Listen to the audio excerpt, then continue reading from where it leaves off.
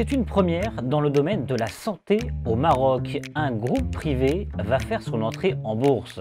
Le 14 décembre 2022, le groupe Agdital sera coté à Casablanca. Objectif, grossir, accroître sa croissance. Le groupe, qui représente 15% des lits du secteur privé aujourd'hui au Maroc, ambitionne d'atteindre les 25% et donc pratiquement de doubler la mise d'ici 2 ans.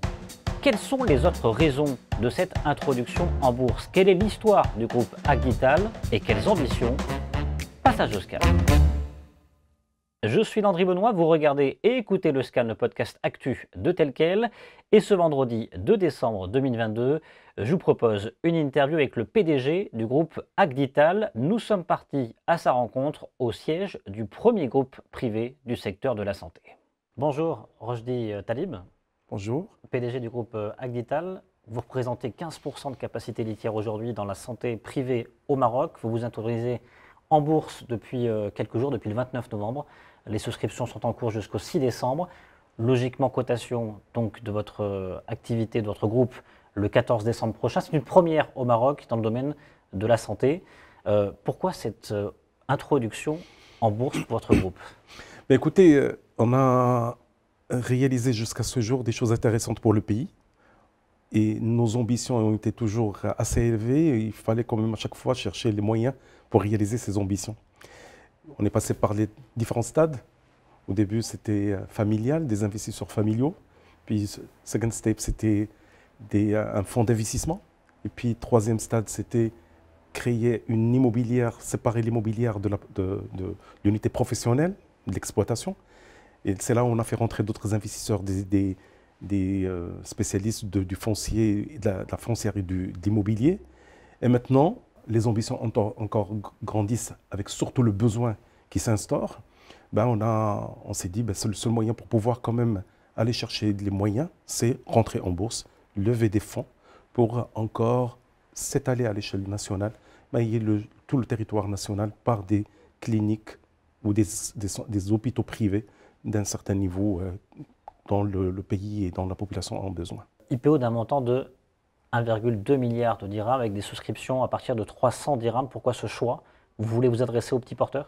Oui, dans notre mindset, on s'est dit il faut quand même faire participer tout un chacun, qu'il soit petit, grand porteur. C'est pareil pour nous. L'essentiel, c'est de faire participer beaucoup de monde. 11 ans d'existence. D'existence en tant que clinique, la première clinique. En tant que clinique, effectivement. Mais le groupe, ça fait 6 ans, 5 ans, 6 ans. Racontez-nous juste, il y a 11 ans, est-ce que très franchement, vous disiez un jour, mon groupe, ma clinique va devenir un groupe et mon groupe va entrer en bourse? Est-ce que vous l'avez imaginé une seule seconde? Ça fait 30 ans que je suis dans le secteur privé, en tant que médecin anesthésiste d'abord. J'ai j'ai exercé dans une petite clinique où il y avait très peu de moyens, très peu de moyens. Dans une petite clinique de 25 lits, où j'ai exercé pendant 13 ans, après mon retour de France et ma résidence en France. Je suis rentré plein d'ambition, tout jeune, tout fort, plein d'énergie. Et j'étais choqué par l'absence d'infrastructures répondant aux normes à l'époque. Mais j'étais obligé d'exercer parce que je voulais quand même rendre service avec le peu de moyens que j'avais à ma disposition. Donc 13 années de difficultés, où j'exerçais pas mon art de manière pleine et entière. Ce qui fait, c'était après 13 ans d'exercice, je me suis dit, il est temps quand même qu'on fasse quelque chose d'autre. À l'époque, j'étais obligé de faire sortir mon malade à 3 h du matin pour aller faire un scanner à l'extérieur. Je n'avais pas de scanner à ma disposition, je n'avais pas de radiologie à ma disposition, je n'avais pas de laboratoire, je n'avais pas grand-chose. Mais on a pu quand même sauver des vies, avec les peu de moyens qu'on avait. Mais c'était beaucoup plus terrain de guerre qu'autre chose. Puis par la suite, on s'est dit, il est temps qu'on fasse quelque chose d'autre. 2009, je quitte la petite clinique et je tape à la porte d'un investisseur familial pour lui dire, est-ce que tu peux venir me suivre dans une aventure intéressante pour le pays et pour vous en tant qu'investisseur.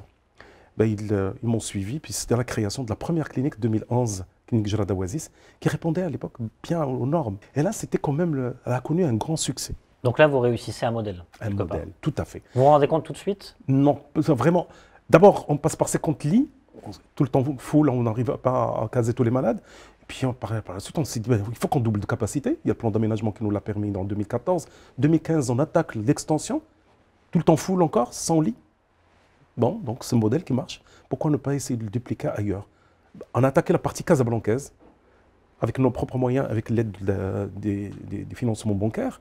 Et on a pu quand même nous retrouver avec 2-3 cliniques à l'échelle de Casablanca, où il y a quand même un manque assez important, hein, contrairement à ce qu'on croit. Ouais, l'offre, elle est là au niveau des grandes villes, mais l'offre, elle est limitée au niveau d'infrastructures répondant aux normes et aux attentes de la population. Ce qui fait qu'on était parmi les premiers à installer des cliniques et des hôpitaux répondant aux attentes. Dans le cadre de la multidisciplinarité, le malade, quand il rentre dans l'un de nos établissements, il est pris en charge de A à Z. On n'a pas besoin parce que ce complexe, moi je l'ai vécu et ça m'a marqué, de faire sortir le malade pour aller faire une dialyse, de le faire sortir pour faire une IRM ou un scanner. Non, ça n'existe pas dans notre ADN.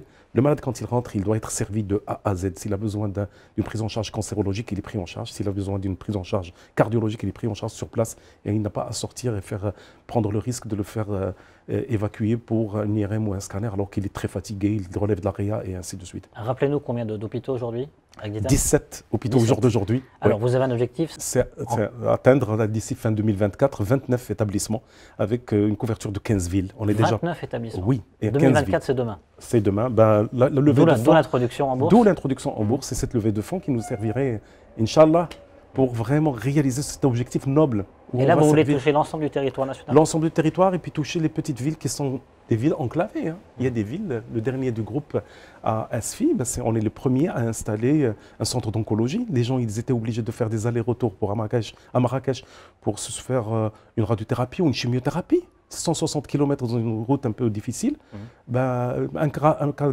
d'accident de voie publique grave, il ne pouvait pas être pris en charge à Asfi. Il fallait qu'il aille vers Marrakech avec tous les risques que ça comporte pendant le transport. Un infarctus du myocarde, pareillement, on est le premier à installer un système de prise en charge, un département de prise en charge des maladies cardiovasculaires. Donc on apporte des soins dont la population a vraiment besoin. Il y a les cliniques qui font de belles choses, hein, il ne faut pas le nier. Des cliniques qui existent déjà sur la place, mais ils font de la pathologie classique, appendicite, viscérale, chirurgie urologique, mais ça rend service quand même. Mais là, on apporte quelque chose de plus. Est-ce que vous diriez que vous remplacez le public Remplacer le public? Ouais. Non, monsieur. Non. On a besoin d'un public fort, comme on a besoin d'un secteur privé fort. Parce qu'on ne les compte pas, les discours royaux, sur l'importance de la santé. C'est vrai que la santé aujourd'hui occupe une place de plus en plus importante, avec des attentes particulières. La complémentarité, elle est... Vous êtes pionnier en la matière. Vous vous rendez compte? Vous êtes pionnier en la matière. C'est vrai qu'on a ouvert ce domaine de la santé au secteur privé depuis des années. Étranger, privé, de plus en plus, ça va arriver dans les années à venir.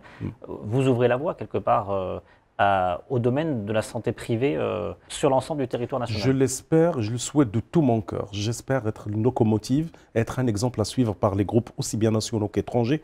Il y a de la place pour des groupes sérieux, des groupes structurés. Il y a de la place. On part de quelque chose de pas vraiment honorable actuellement. Un lit pour 1000 habitants, c'est très peu. Contrairement à la Tunisie qui n'est pas loin, ils sont à 2,2. Il faut qu'on atteigne l'objectif de 3 lits pour 1000 habitants dans les années à venir.